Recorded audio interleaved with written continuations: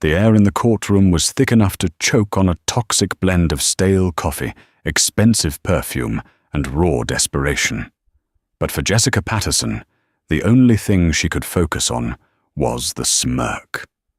It was a small, cruel curve of glossy red lips from across the room. Ava Monroe, her husband's mistress, sat in the gallery, a vision in tailored cream silk, looking like she'd just come from a charity luncheon, not a contentious divorce trial.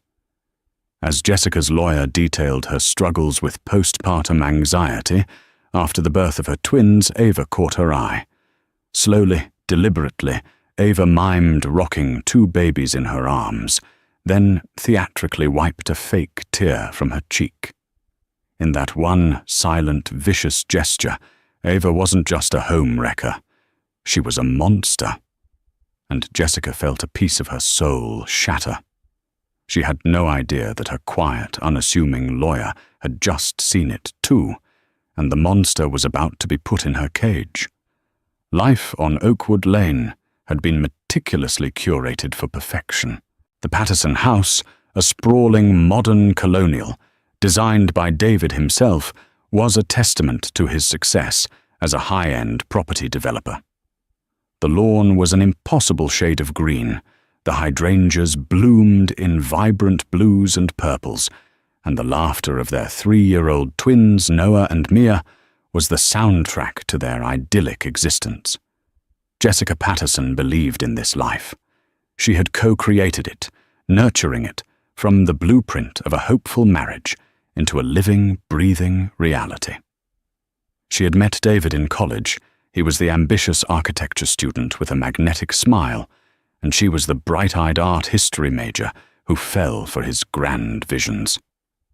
She put her own career aspirations on hold to support his managing their home-hosting dinner parties for potential clients and becoming the quintessential supportive wife. When the twins arrived, her world already centered on him, contracted to a beautiful, exhausting 4-person universe.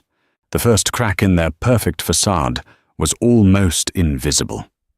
A late night at the office, a business trip extended by a day, Jessica dismissed it as the cost of ambition. David was building an empire for them, for the twins. The excuses were always plausible. "The zoning board is a nightmare, Jess," he'd say, running a hand through his perfectly styled hair. "This deal in Chicago is make or break." But the cracks began to spiderweb. There was the scent of a perfume that wasn't hers lingering on his suit jacket, a heady, expensive scent. Something sharp and modern, unlike her soft floral notes. There were the hushed phone calls he'd take on the patio. His back turned, his voice a low murmur that would immediately stop if she opened the door. He started becoming critical of her small barbs disguised as observations. "Are you going to wear that?" he asked one evening, gesturing to her comfortable sweater and jeans. "We're just getting takeout." "I'm tired, David. The twins had me up all night." He sighed, a sound of profound disappointment.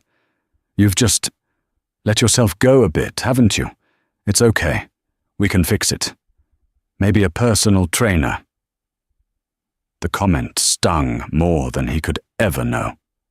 She looked at her reflection, the dark circles under her eyes, the soft roundness of her stomach that hadn't disappeared post-pregnancy, the baby food stain on her sleeve she hadn't noticed. She didn't see a woman who had let herself go. She saw a mother who had given every ounce of her being to her children, to their family. The final shattering blow came on a Tuesday afternoon. The twins were napping, a rare moment of silence in the house. David had left his tablet on the kitchen counter, a breach of his usual, almost paranoid privacy protocols. A notification lit up the screen, a message from a name she didn't recognize, Ava Monroe. The message was short, but it detonated Jessica's world. "Can't stop thinking about Monaco. You destroyed me." "In the best way. See you at the site tomorrow. XO." Monaco.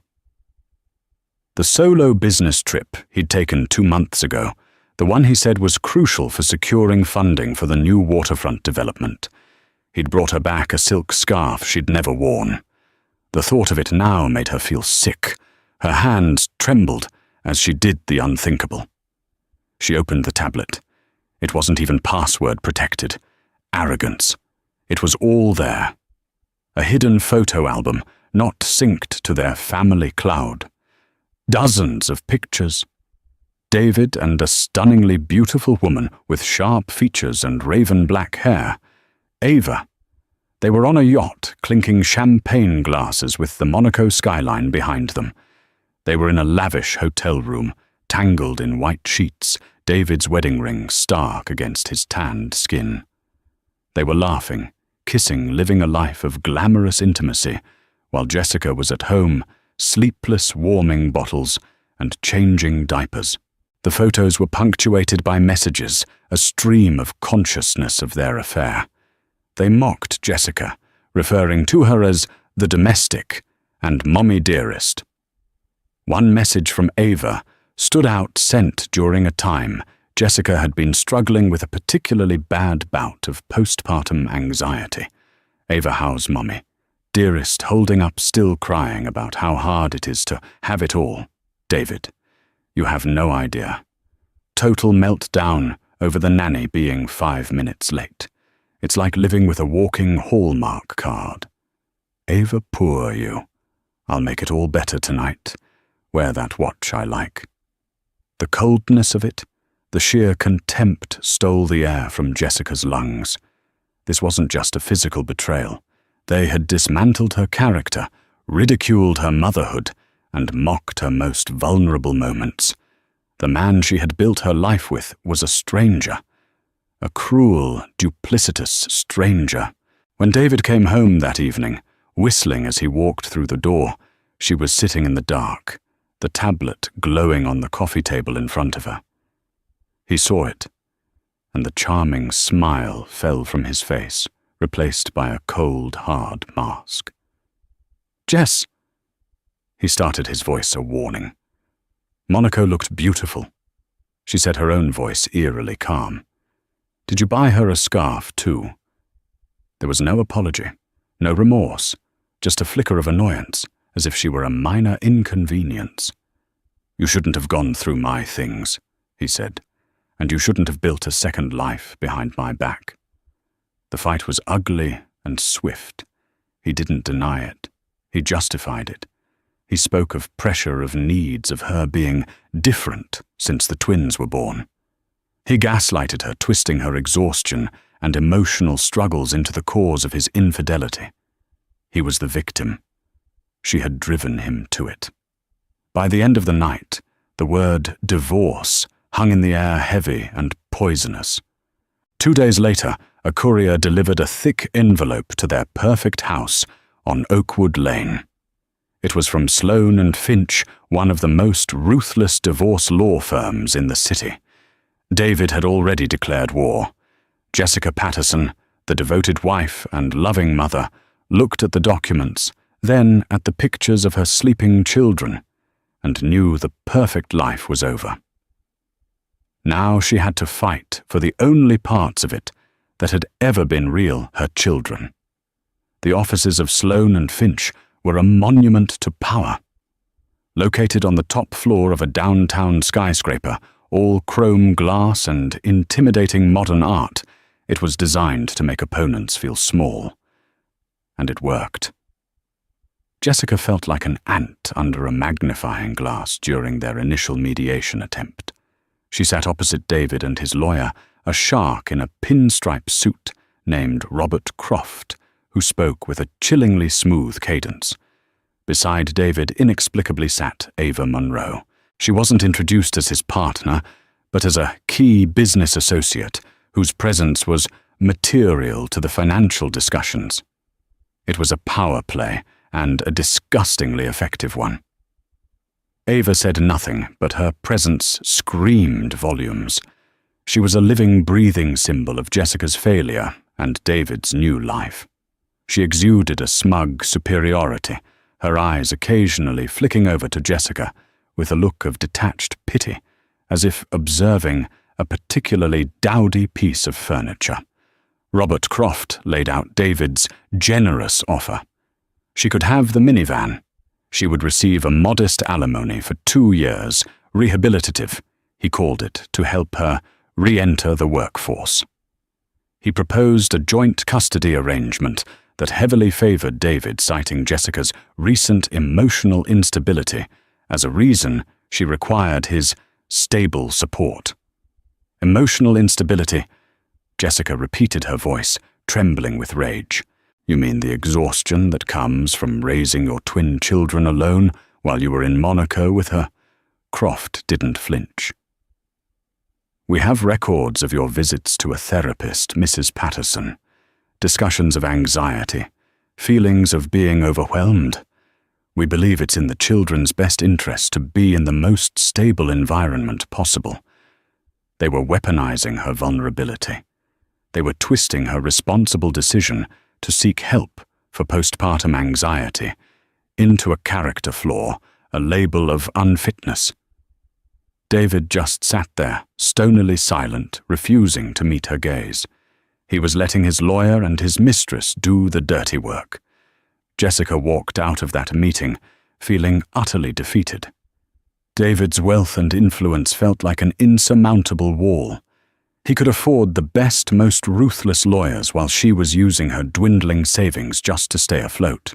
Her first lawyer, a pleasant but overwhelmed man, recommended by a friend, had urged her to take the deal, warning that fighting David in court would be a long, costly, and likely losing battle. They'll bury you in paperwork and paint you as an unhinged, greedy ex-wife, he'd advised. It's not fair, but it's how the game is played. Jessica was ready to give up. Then a name came from an unexpected source. A woman from her twins' playgroup, a quiet paralegal named Maria, had overheard Jessica's tearful phone call. Later that day, Maria slipped a business card into her hand. Daniel Quinn, the card read. It was a simple, no-frills design. Quinn Law, Family and Financial Litigation. He's not flashy, Maria whispered. He doesn't have a corner office with a view of the bay, but he listens, and he doesn't lose. Daniel Quinn's office was the polar opposite of Sloane and Finch. It was in a modest, older building filled with overflowing bookshelves, stacks of legal binders, and the comforting smell of old paper and brewing coffee. The man himself was unassuming. He was in his late 40s with kind eyes that showed the creases of someone who smiled often, though he wasn't smiling now. He wore a simple tweed jacket that looked comfortable and well-loved. He wasn't a shark. He looked more like a history professor. Jessica poured out her story, the words tumbling over each other in a torrent of pain and anger.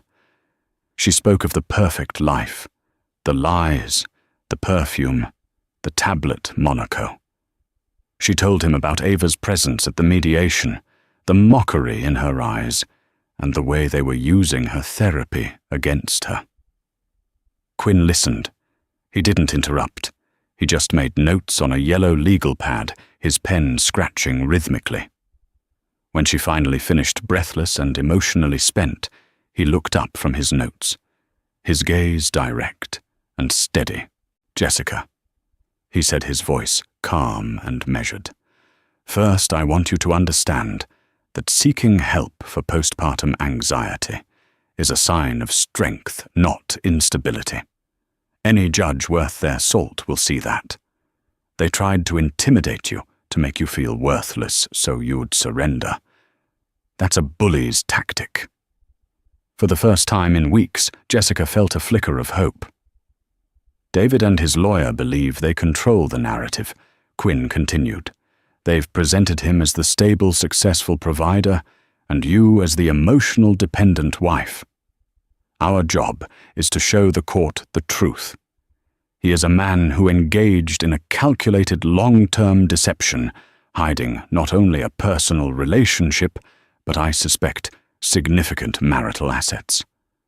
How can we prove that? Jessica asked, her voice barely a whisper. He's so careful. Quinn leaned forward slightly. Men like David Patterson, men who build empires and believe they are invincible, always have one weakness: arrogance.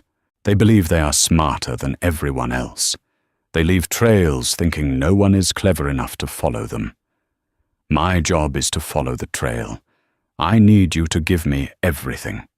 Bank statements, credit card bills, old tax returns, names of his business partners, his accountants, anything you can remember about his business dealings, no matter how small.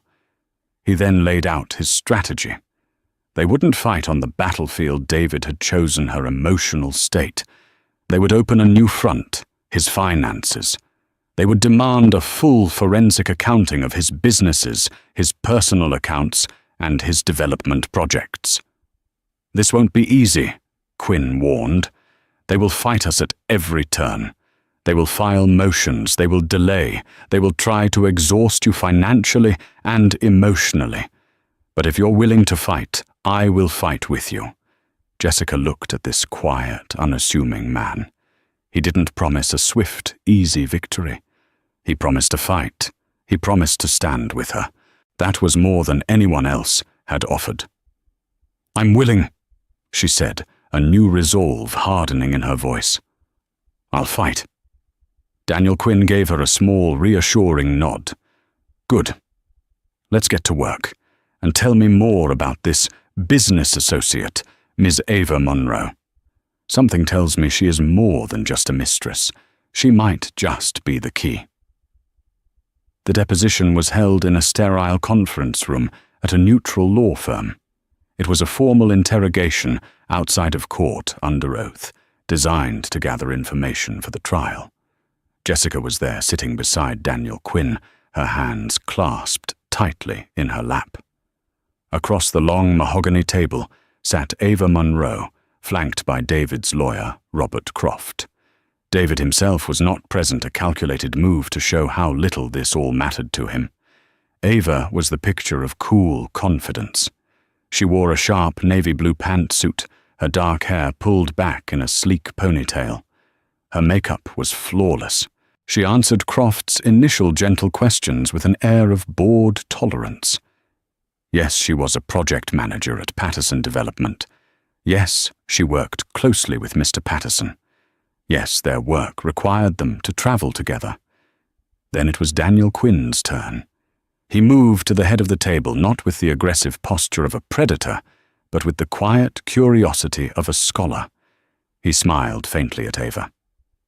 "Good morning, Miss Monroe. Thank you for being here." "I was subpoenaed," Ava replied, her tone clipped. "Indeed," Quinn said, unfazed. "Let's talk about your role at Patterson Development. Your title is Project Manager. Could you describe your responsibilities?" Ava launched into a polished, jargon-filled explanation of her duties, detailing site acquisitions, permitting processes, and investor relations. She was articulate and professional, painting herself as an indispensable part of David's success. Quinn let her talk, nodding occasionally. "Impressive," he said when she finished. "It sounds like you have a great deal of access to the company's financial and strategic planning."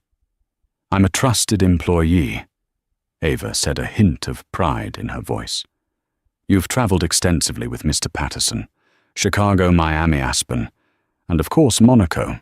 Is that correct?" "Those were all business trips," she stated flatly. Croft shifted in his chair, ready to object if the questions became too personal. "Of course," Quinn said smoothly. "I have here the expense report for the Monaco trip. It was filed under the Monaco Waterfront Prospectuses project. A very expensive trip. First-class flights, a suite at the Hôtel de Paris, dinners at Le Louis Hôtel. Patterson Development has very generous travel policies." Ava's eyes narrowed slightly. "We entertain high-net-worth investors." "I see," Quinn said, flipping a page in his folder. "And were these investors with you on the yacht you chartered for 2 days, the Stardust? Or was that a more private business meeting?" Croft cleared his throat. Objection. The nature of the meetings is proprietary. I'm simply trying to understand the allocation of company resources, which, as you know, are marital assets, Quinn countered calmly. Did you, Miss Monroe, sign any of the payment authorizations for this trip? I may have.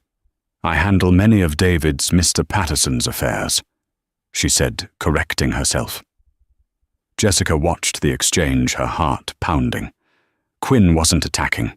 He was circling, laying down a foundation of small, verifiable facts.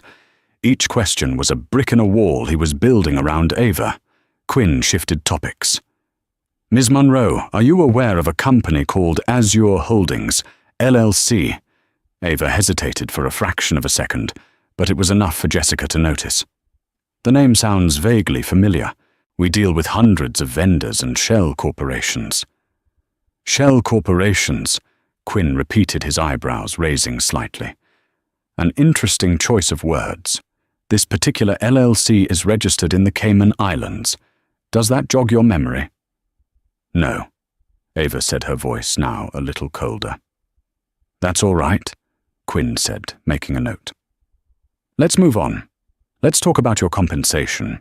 Your salary is quite substantial, but I see here a series of bonuses paid out over the last 18 months. 3 payments to be exact, for a total of $200,000, all signed off by Mr. Patterson personally. Were these performance-based? Of course, Ava snapped. I've been instrumental in securing several major deals, including the Riverbend project. Yes, that was my lead. Excellent work, Quinn said with genuine appreciation. So you would consider yourself an expert in the financial structures of these large-scale projects?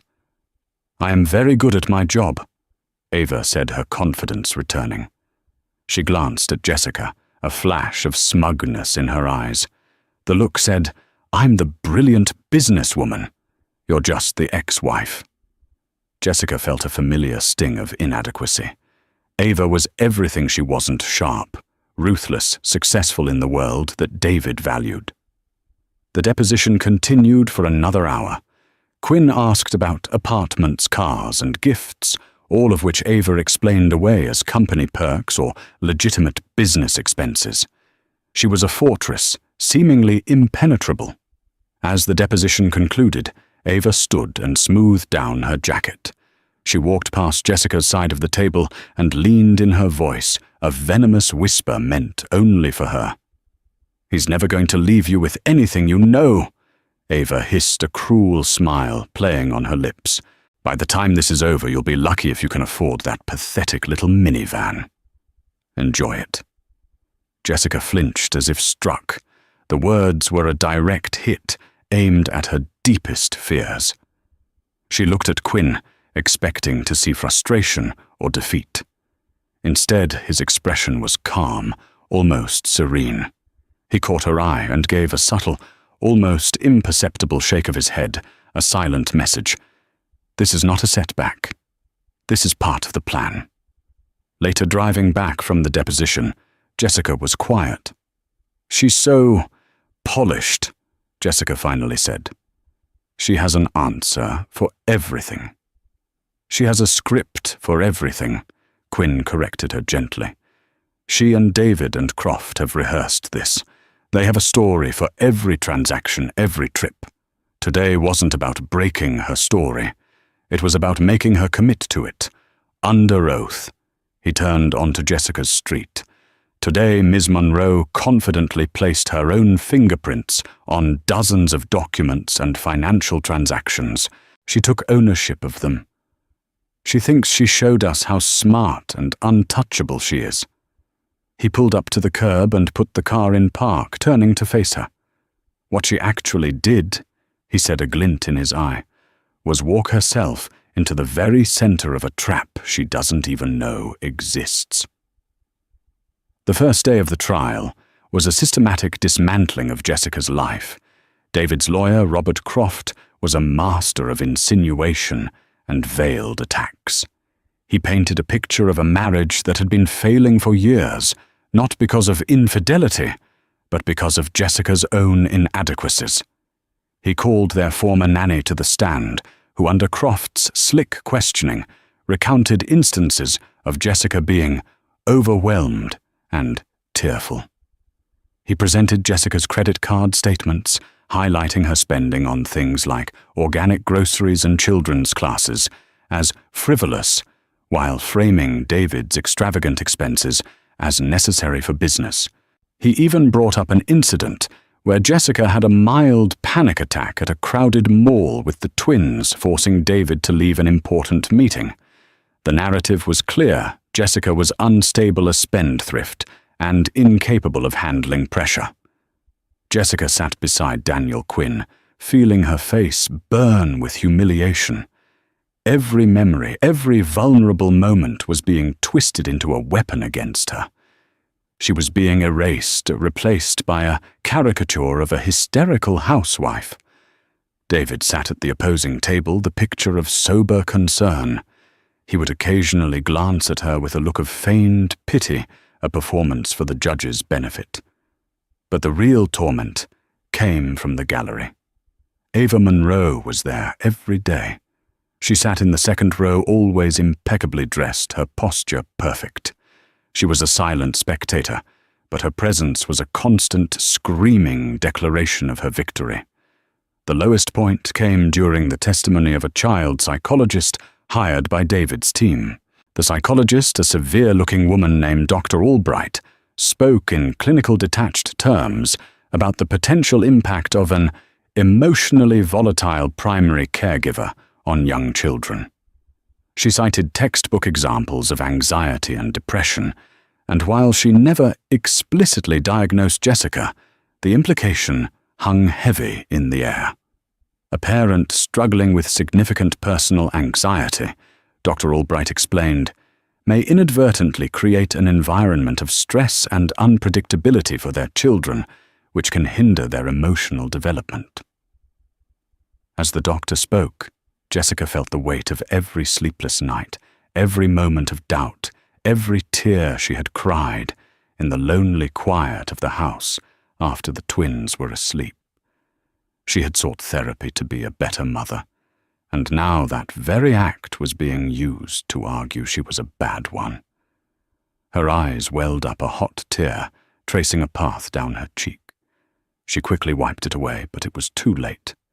Ava had seen it. Jessica's gaze drifted across the courtroom and met Ava's. There was no sympathy there, only triumph. And then Ava performed the gesture that would be seared into Jessica's memory forever.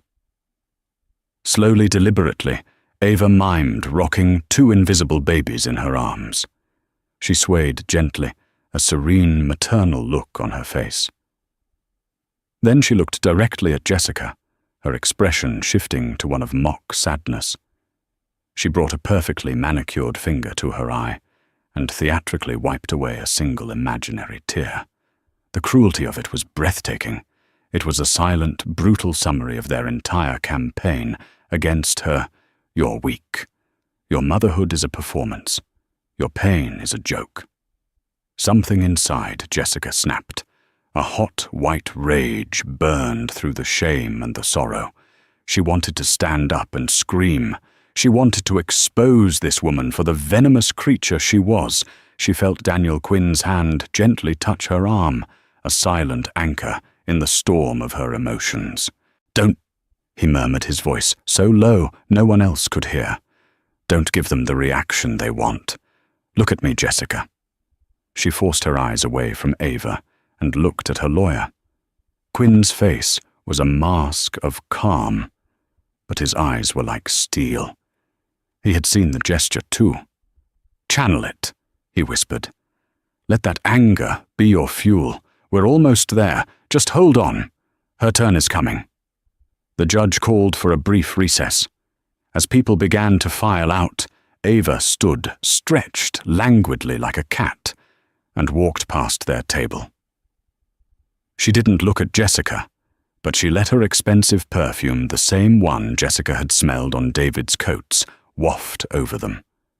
It was another small act of dominance, of marking her territory. Once she was gone, Jessica turned to Quinn, her voice a ragged whisper. How can you be so calm? Did you see what she did? She's a monster." "Yes, I saw," Quinn said, his voice tight. "And the judge saw it too, and so did the court stenographer. Monsters like Miss Monroe have a fatal flaw. They believe their cruelty is a sign of strength. They preen and they posture because they are fundamentally insecure. And right now she is at her most arrogant." He leaned in, his expression intense. "She thinks she's won. She thinks you are broken. That is exactly where we need her to be. Arrogant people get careless. Now take a deep breath. When we go back in there, I'm calling her to the stand as a hostile witness, and we are going to burn their entire narrative to the ground." When court resumed, a murmur of surprise went through the room as Daniel Quinn stood and said, "The defense calls Ava Monroe to the stand." Robert Croft was on his feet instantly. "Objection, Your Honor. Ms. Monroe is not a party to this divorce. Her testimony is irrelevant." "Your Honor," Quinn countered smoothly, "Ms. Monroe has been presented as a key business associate. Mr. Croft's entire case rests on the financial stability of Mr. Patterson, a stability Ms. Monroe was instrumental in creating. Furthermore, marital assets were used for extensive business travel and compensation involving Miss Monroe. I believe her testimony is not only relevant, but absolutely central to understanding the true financial picture of this marriage." The judge, a stern, no-nonsense woman named Judge Carmichael, peered down over her glasses. Her eyes briefly flickered towards Ava, who had straightened in her seat. Jessica remembered what Quinn had said. The judge had seen the mocking gesture. "I'll allow it," Judge Carmichael ruled, "but keep it relevant, Mr. Quinn." Ava walked to the witness stand with the self-assured gait of a runway model. She settled into the chair, crossed her legs, and placed her hand on the Bible with an air of practiced solemnity. She looked composed, impenetrable. Quinn approached the stand, his demeanor relaxed, almost conversational. "Ms. Monroe, thank you again for your time. We've already established in your deposition that you are a highly valued project manager at Patterson Development. Is that correct?" "Yes," Ava said, her voice clear and confident. "And you testified that you received significant bonuses for your work, specifically on large projects like the Riverbend development." "That's correct. I'm very good at what I do." "I have no doubt," Quinn said with a smile. "Let's talk about the financing for these projects. They often involve complex structures, multiple investors, and the creation of LLCs to manage assets and liabilities. Correct, that is standard practice in real estate development," Ava answered, sounding like she was giving a lecture. "Of course. And you were deeply involved in setting up these structures for Mr. Patterson." "I was," she said, a note of pride in her voice. Quinn walked back to his table and picked up a single document. "I'd like to talk about one company in particular, one we touched on in your deposition, a company called Azure Holdings, LLC. At the other table, David stiffened almost imperceptibly. As I said in my deposition, the name is vaguely familiar, but I don't recall the specifics. Ava said, her composure unwavering. "Let me refresh your memory," Quinn said, his voice still light and friendly. Azure Holdings LLC was registered in the Cayman Islands. Its purpose is listed as Global Investment Management. Very vague, very discreet. Does that help? We deal with dozens of such entities, Ava said dismissively. I understand. But this one is special, Quinn said, his tone shifting, losing its friendly edge and gaining a sharp clinical precision. Because Azure Holdings received 3 wire transfers over the past 2 years. The first was for $1 million, the second for $1.5 million, the third for $2 million. all from Patterson Development, authorized under the budget codes for projects you personally managed.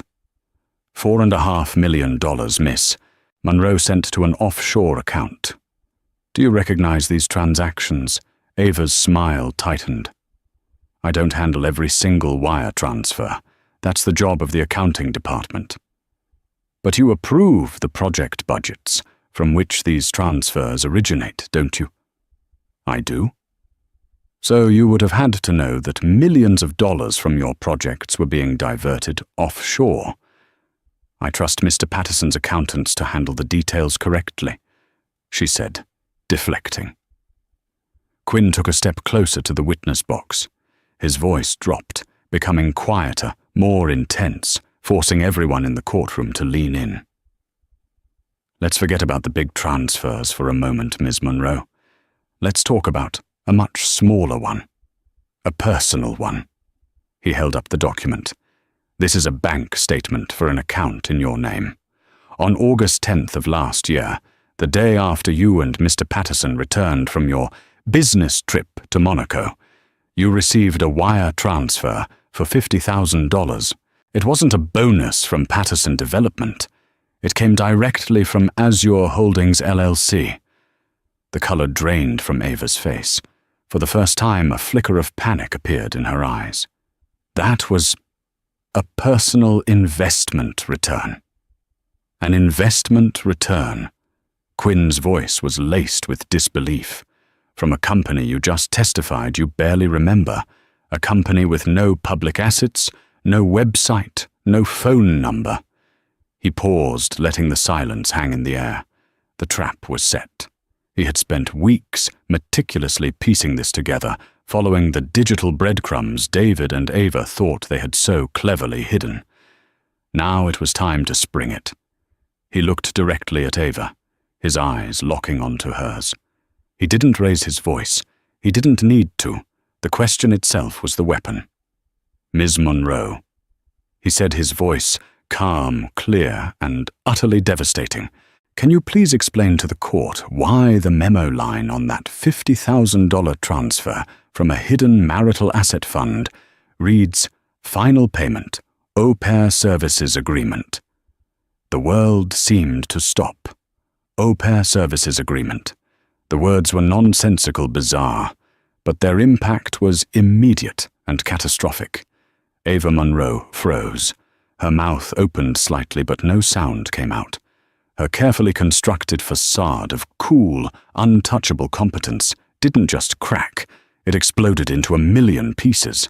Her eyes darted wildly from Quinn to the judge, then to David, a desperate, pleading look on her face. David had gone pale, his knuckles white as he gripped the edge of his table. Robert Croft jumped to his feet. Objection. Your Honor, this is confusing and irrelevant. What does some bizarre memo line have to do with anything? Oh, it has everything to do with it. Your Honor, Quinn said, turning to face the judge. Because there was no au pair. There were no services. That memo line wasn't for the bank. It was a message. A label created by Mr. Patterson for his own private accounting. A cruel private joke. Quinn turned back to the shell-shocked woman on the stand. Isn't that right, Ms. Monroe?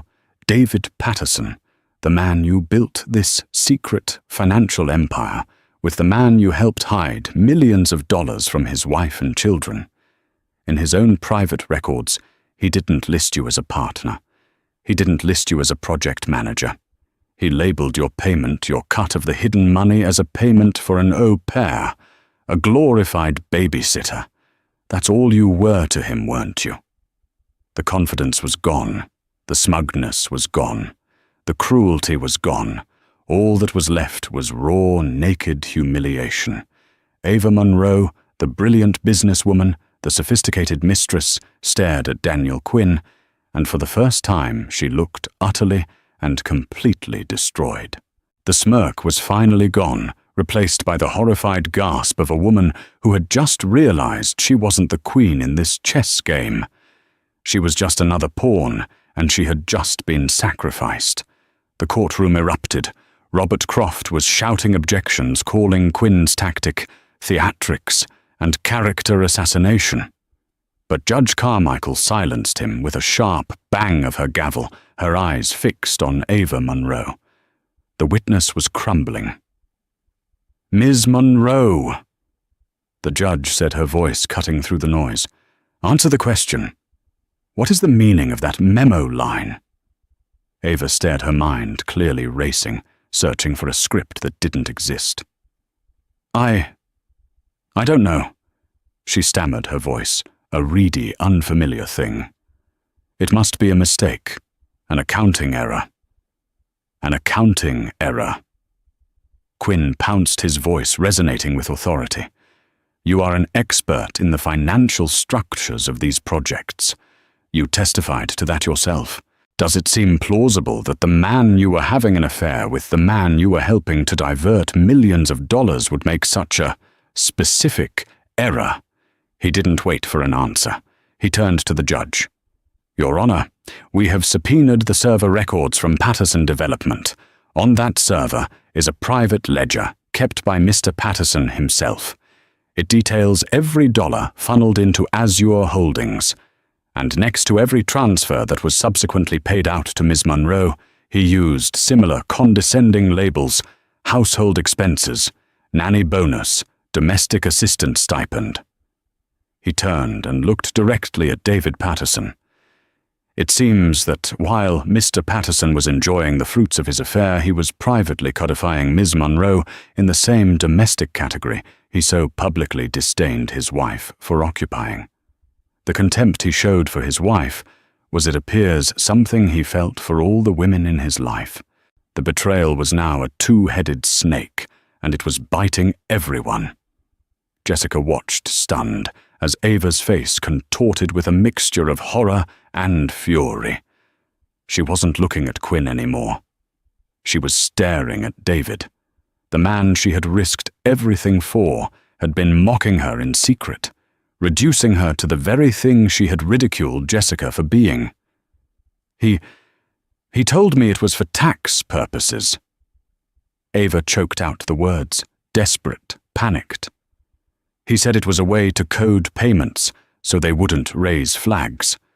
And there it was, a confession, not of the affair that was already known, but of the conspiracy. She had just admitted under oath to knowingly participating in a scheme to disguise payments. Daniel Quinn had exposed more than an affair. He had exposed a crime. The diversion of funds was no longer a matter for divorce court alone. It was bank fraud. It was tax evasion. Robert Croft saw the catastrophic turn and tried to intervene. "Your Honor, my client advises." "Your client can remain silent." Judge Carmichael snapped, her patience gone. "Ms. Monroe, you are under oath. Are you now telling this court that you knowingly accepted payments that were deliberately miscategorized for, as you put it, tax purposes?" Ava was trapped. Deny it, and she'd be committing perjury, contradicting the evidence of the wire transfer. Admit it, and she'd be confessing to conspiracy. She looked at David, her eyes pleading for him to save her. David Patterson, the master manipulator, the man who controlled every room he entered, did the only thing a coward could do. He looked away. He stared at the polished wood of his table, as if it held the secrets of the universe, abandoning her completely. In that moment, Ava Monroe understood. She had been a tool, a beautiful, intelligent, and ultimately disposable tool.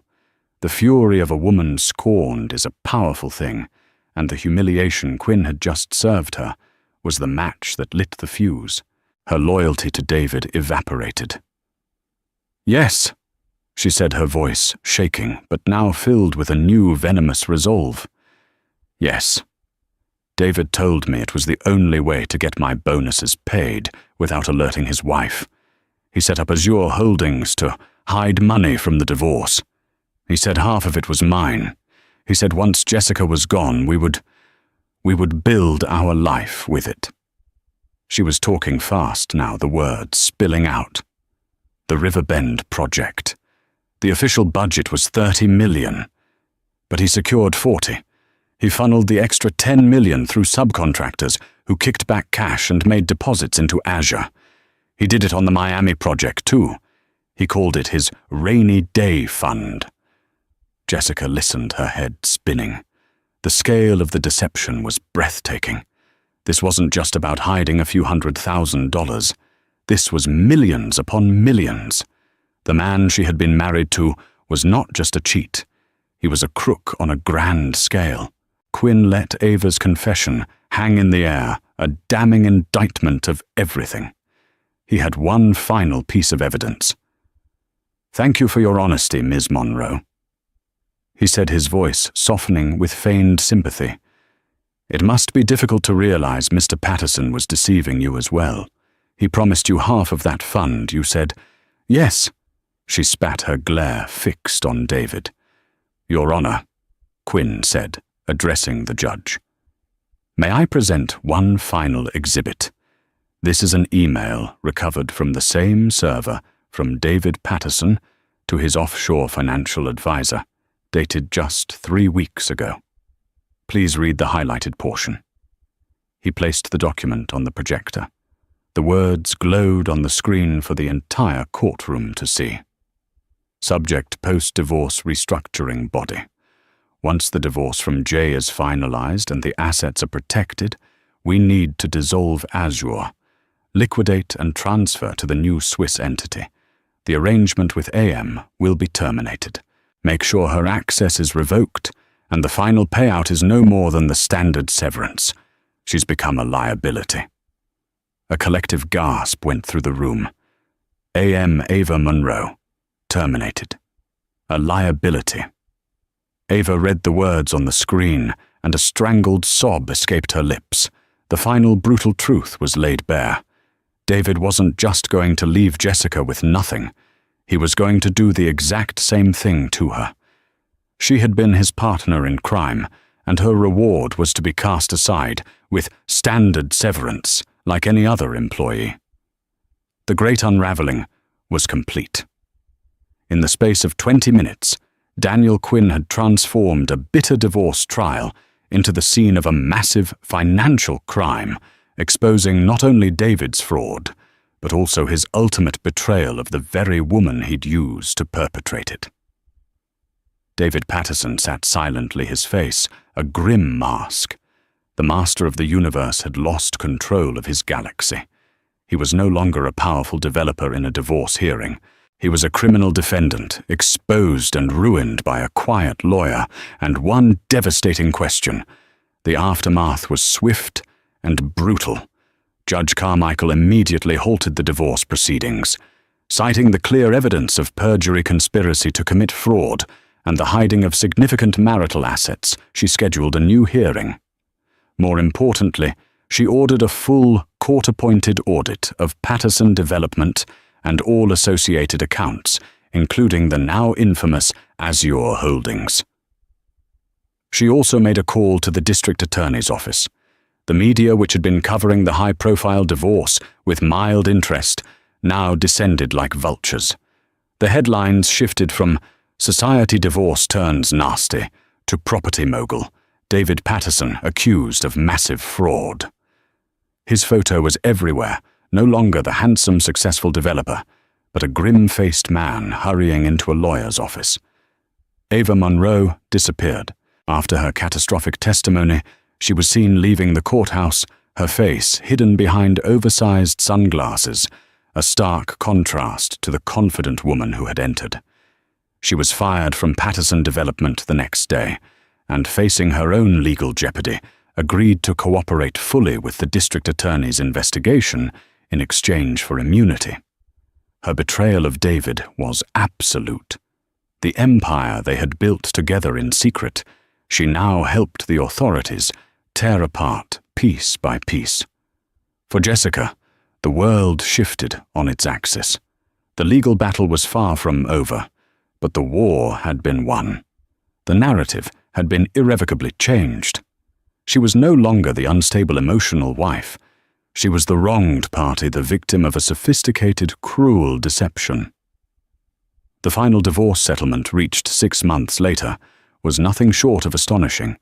With the full extent of David's hidden assets exposed, totaling nearly $15 million, the judge's ruling was punitive. Jessica was awarded the family home on Oakwood Lane, free and clear. She received full legal and physical custody of Noah and Mia, with David granted only supervised visitation, pending the outcome of his criminal trial.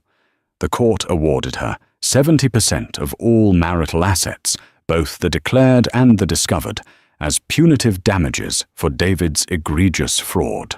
The pathetic little minivan that Ava had mocked her about was replaced by a new safe SUV paid for from the settlement. She had more than enough to provide for her children, to give them stability and security, and to start rebuilding her own life without the shadow of financial fear. David Patterson was indicted on multiple counts of tax evasion and bank fraud. His business crumbled, his reputation was in ashes, and the man who had been terrified of losing half his fortune was now poised to lose all of it, along with his freedom. One crisp autumn afternoon, months after the trial had ended, Jessica was in the park with Noah and Mia. The twins were laughing, chasing fallen leaves, their joyful squeals the only sound that mattered. Jessica watched them, a genuine, unburdened smile on her face. She felt a sense of peace she hadn't thought possible. Daniel Quinn walked up beside her, holding 2 cups of coffee. He had become more than her lawyer. He had become a friend. "Thought you might need this," he said, handing her a cup. "Thank you, Daniel, for everything." They stood in comfortable silence for a moment, watching the children play. "You know," Jessica said, "the hardest part was not the betrayal. It was that they made me believe I was worthless, that my life as a mother was a joke. You gave me my voice back." "You always had a voice, Jessica," he replied, his eyes kind. "They just tried to make you too scared to use it. You're the one who found the strength to fight." She looked at her children, their faces bright with innocence and joy, completely unaware of the storm their family had weathered.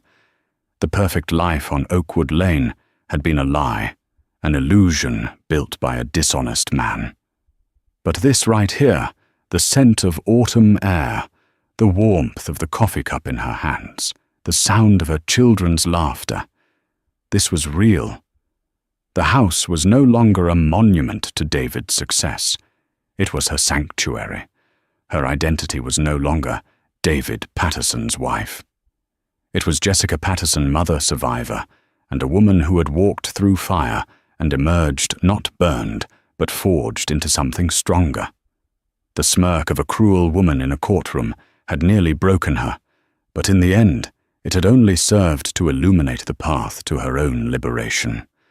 And that's the incredible story of how one woman, pushed to the brink, found the strength to fight back against a web of lies and cruelty.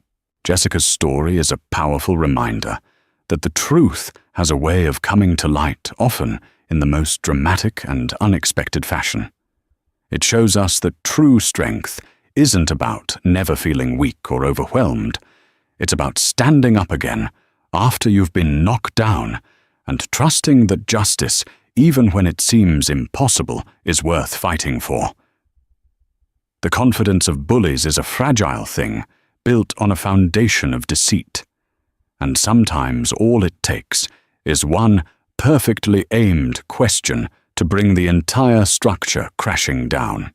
If you were moved by Jessica's journey from heartbreak to victory, please show your support by hitting that like button. Share this story with someone who might need a reminder of their own strength. And don't forget to subscribe to our channel for more real-life stories of justice, resilience, and the incredible power of the human spirit. Click that notification bell so you never miss an update. Thank you for listening.